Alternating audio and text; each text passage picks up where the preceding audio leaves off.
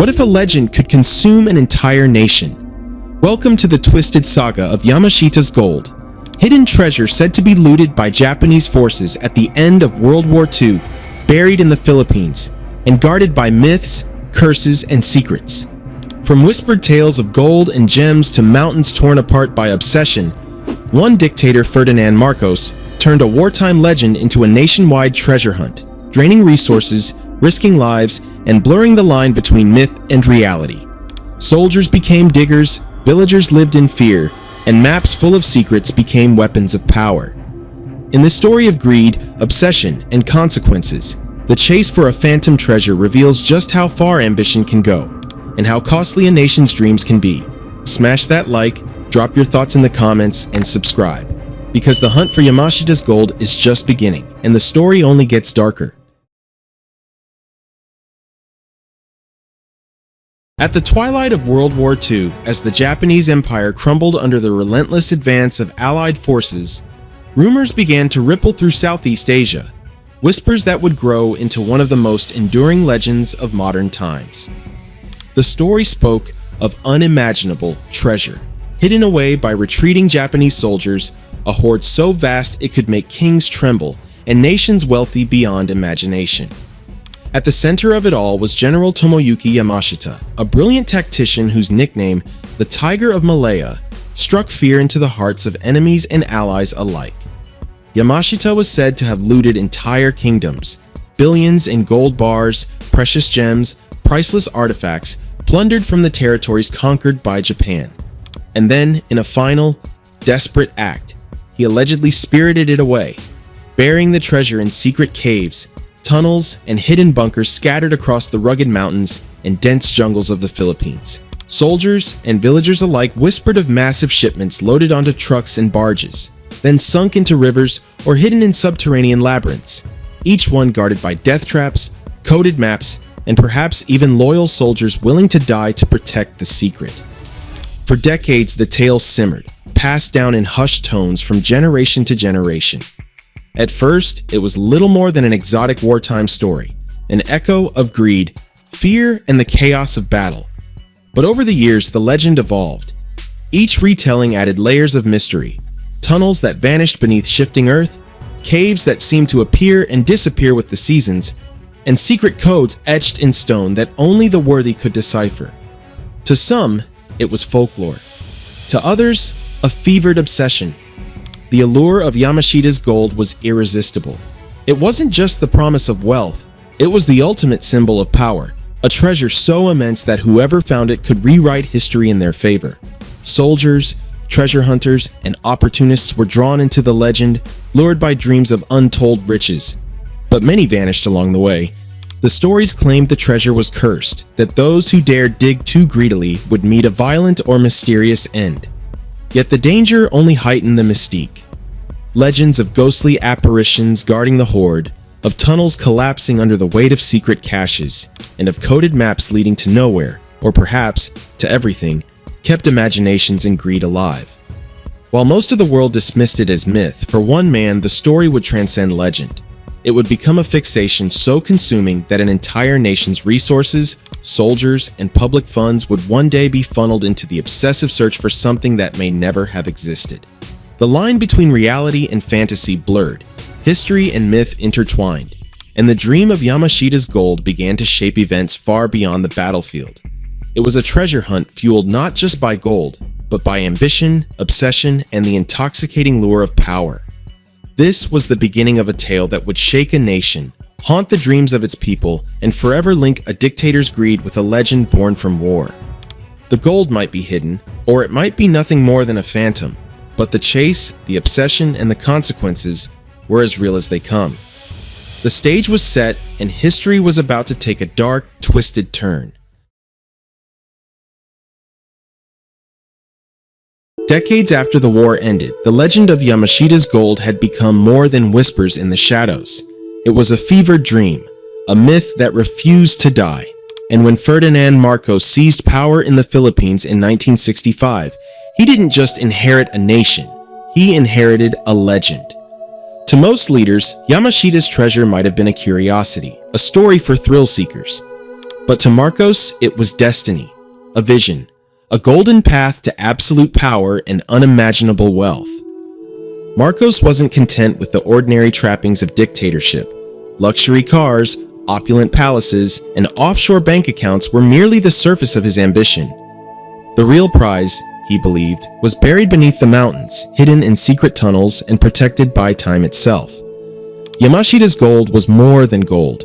It was a symbol of invincibility, the kind of treasure that could rewrite history and secure his legacy for generations. It promised more than money. It offered immortality, the illusion of divine right, and the ultimate power to bend a nation to his will. And Marcos acted. He didn't simply dream about gold. He mobilized an entire nation in pursuit of it. Soldiers, who should have been guarding borders, were sent into remote jungles with shovels and picks. Engineers who could have built roads and bridges were instead excavating mountainsides in search of hidden vaults. Funds meant for schools, hospitals, and public welfare were siphoned into secret operations, disguised as development projects or military exercises. Every excavation, every tunnel, every pit was a gamble with the nation's future. And yet, to Marcos, it was worth it. Legends, maps, and coded documents became sacred tools in his obsession.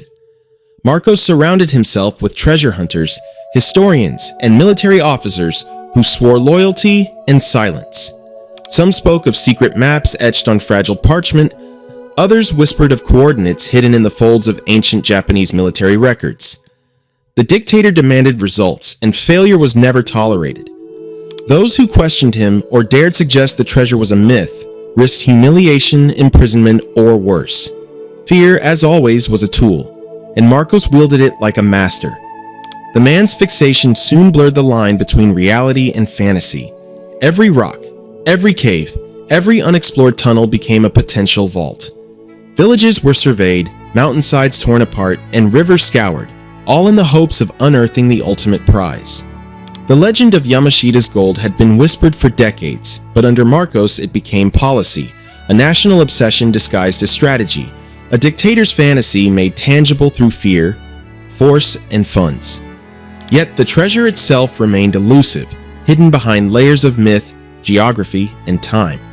Each failed dig only deepened Marcos's obsession, pulling him and the nation further into the grip of legend. What began as a wartime story of plunder and cunning had now transformed into a national drama of greed, ambition, and obsession. For the Filipino people, the dream of gold became a nightmare of wasted resources and lost opportunities. For Marcos, it was the golden dream that refused to die. The stage was set for a hunt that would define his rule, consume the nation's wealth, and forever intertwine one dictator's obsession with a wartime legend that may never have existed. Yamashita's gold was more than treasure. It was a mirror reflecting the hunger, the hubris, and the darkness of a man determined to claim the impossible. And the chase had only just begun. Under Ferdinand Marcos, the Philippines became a nation on a relentless treasure hunt. Mountains once untouched, jungles once sacred, and rivers once flowing freely were transformed into vast excavation zones. Soldiers swapped rifles for shovels, engineers traded blueprints for digging plans, and ordinary citizens watched as the country's resources vanished into the obsession of one man. What should have built a nation, roads, schools, hospitals, was instead consumed by a hunt for gold hidden decades earlier. The dictator demanded results, and his obsession left no room for failure. Entire communities were mobilized to scour remote areas, digging tunnels into hillsides and carving trenches into rocky mountains. Army units that had once defended the nation's borders were now dispatched as treasure hunters, carrying maps, pickaxes, and secret instructions. Locals whispered of massive convoys transporting dirt, rock, and rubble, all disappearing into secret excavation sites deep in the jungle. Every attempt to find Yamashita's gold became more elaborate. Engineers designed shafts, reinforced caves, and tested ancient maps for hidden vaults. Soldiers endured grueling conditions, sweltering heat, treacherous terrain, and biting insects, all in the hope of unearthing something that may never have existed. And yet, the promise of unimaginable wealth kept the machinery of the hunt moving forward. Fueled by fear, orders, and the lure of reward, the hunt became more than a search for treasure. It became a national spectacle, a testament to Marcos's obsession and the lengths he would go to satisfy it. Villagers spoke in hushed tones of entire mountains reduced to rubble and rivers diverted to reveal hidden caches. Rumors of secret tunnels and booby-trapped vaults spread like wildfire. Each excavation fed the legend, making Yamashita's gold feel more real and more urgent than ever. But with every shovelful of soil, the nation paid a steep price. Public funds were drained, infrastructure crumbled, and opportunities for development vanished. Marcos's personal obsession became a public burden, one that weighed on the economy, morale, and the daily lives of ordinary Filipinos. The treasure itself remained elusive, hidden or perhaps non-existent, but the cost was undeniable. The Philippines had been transformed into a living testament to ambition run amok. Soldiers, engineers, and citizens were caught in a dream that belonged only to one man. The nation was digging not for its future, but for the golden fantasies of its dictator. And with each passing day, it became clearer. The line between myth and madness had vanished, leaving a country trapped in the shadows of a legend that promised wealth but delivered chaos.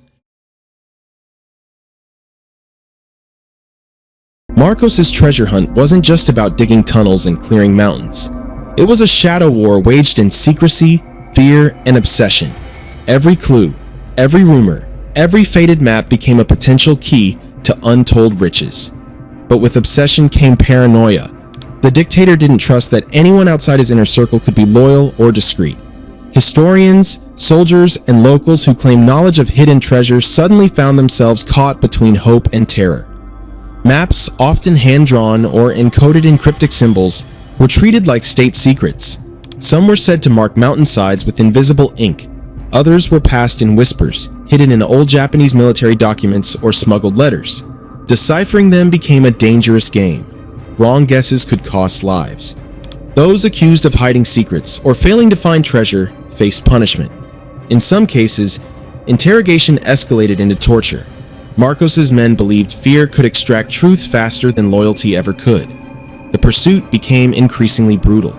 Soldiers and civilians alike were pressed into service, sent into remote jungles under harsh conditions, while armed guards ensured no one deviated from orders. Villagers spoke of midnight raids, of questioning that blurred into violence, and of families living in constant anxiety for missing loved ones. The hunt had become a tool of control as much as ambition, a way to enforce obedience while fueling the obsession with gold. Despite the cruelty, the myth grew. Rumors of hidden tunnels filled with gold, of booby traps protecting secret vaults, and of treasures guarded by loyal soldiers or even curses kept everyone on edge. Every excavation became a story, every failed dig a warning. For Marcos, the stakes weren't merely wealth, they were power, immortality, and the illusion of invincibility. To fail was unthinkable, but the more he pursued, the more the line between reality and legend blurred. By the mid-1970s, the nation was locked in a golden fever. The treasure was still elusive, but the hunt had transformed society. Public funds vanished, fear spread, and dreams of fortune intertwined with the nightmare of tyranny. In Marcos's world, Yamashita's gold wasn't just a legend, it was a weapon, a tool, and a lens through which he reshaped an entire nation to fit the contours of his obsession. Years of relentless digging, endless tunnels, and fevered hunts brought nothing but exhaustion, despair, and a nation drained of its wealth. Yamashita's gold remained elusive, if it had ever existed at all. Yet the consequences of the hunt were painfully real. Public funds meant for schools, hospitals, and infrastructure vanished into the obsessive pursuit of a legend. Mountains were scarred, rivers diverted, forests torn apart, and communities left impoverished, while the dictator's dream of gold consumed the nation's resources. Soldiers, who should have defended borders, became laborers in a fantasy. Engineers and scientists were reassigned from building the country's future to chasing centuries-old rumors. Families watched as their loved ones risked lives in uncharted jungles, often returning empty-handed, or not at all. Fear, coercion, and secrecy became part of daily life. Those who questioned the hunt or suggested it was folly risked imprisonment, exile, or worse. Marcos's obsession had turned the nation into a tool of his personal ambition, and the people bore the cost. The treasure itself became secondary. The myth had morphed into a spectacle of power and control, a tool that allowed Marcos to dominate both reality and perception. Every failed dig, every empty tunnel, and every rumor of gold left a trail of suffering and shattered hope. The country's dreams were buried alongside the phantom treasure, leaving a legacy of greed disguised as destiny. Yet, even in failure, the legend persisted. Yamashita's gold remained a tantalizing ghost in the public imagination, inspiring countless rumors, searches, and wild speculations. But the real treasure, the nation's wealth, the people's well-being, and the promise of progress, was lost to one man's obsession.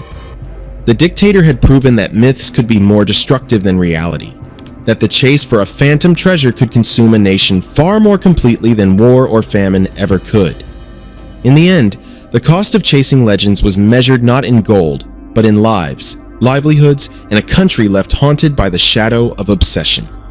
Marcos may have dreamed of riches, but the true story was a cautionary tale of greed, power, and the devastating consequences when a nation is sacrificed for a myth. The legend of Yamashita's gold wasn't just a story, it was a force that shaped history, fueled obsession, and left a nation in turmoil. From whispered myths of treasure hidden in secret caves to Marcos's relentless hunt that drained resources, risked lives, and scarred landscapes, the chase became bigger than gold itself. Soldiers became diggers, civilians lived under fear, and the line between reality and legend vanished. In the end, the treasure may have been a phantom, but the cost was all too real. Greed, ambition, and obsession leaving scars that time can't erase. If this tale of shadowed jungles, hidden riches, and a dictator's golden obsession gripped you, don't forget to smash that like button, drop your thoughts in the comments, and subscribe, because the hunt isn't over and the myths of history still have stories to tell.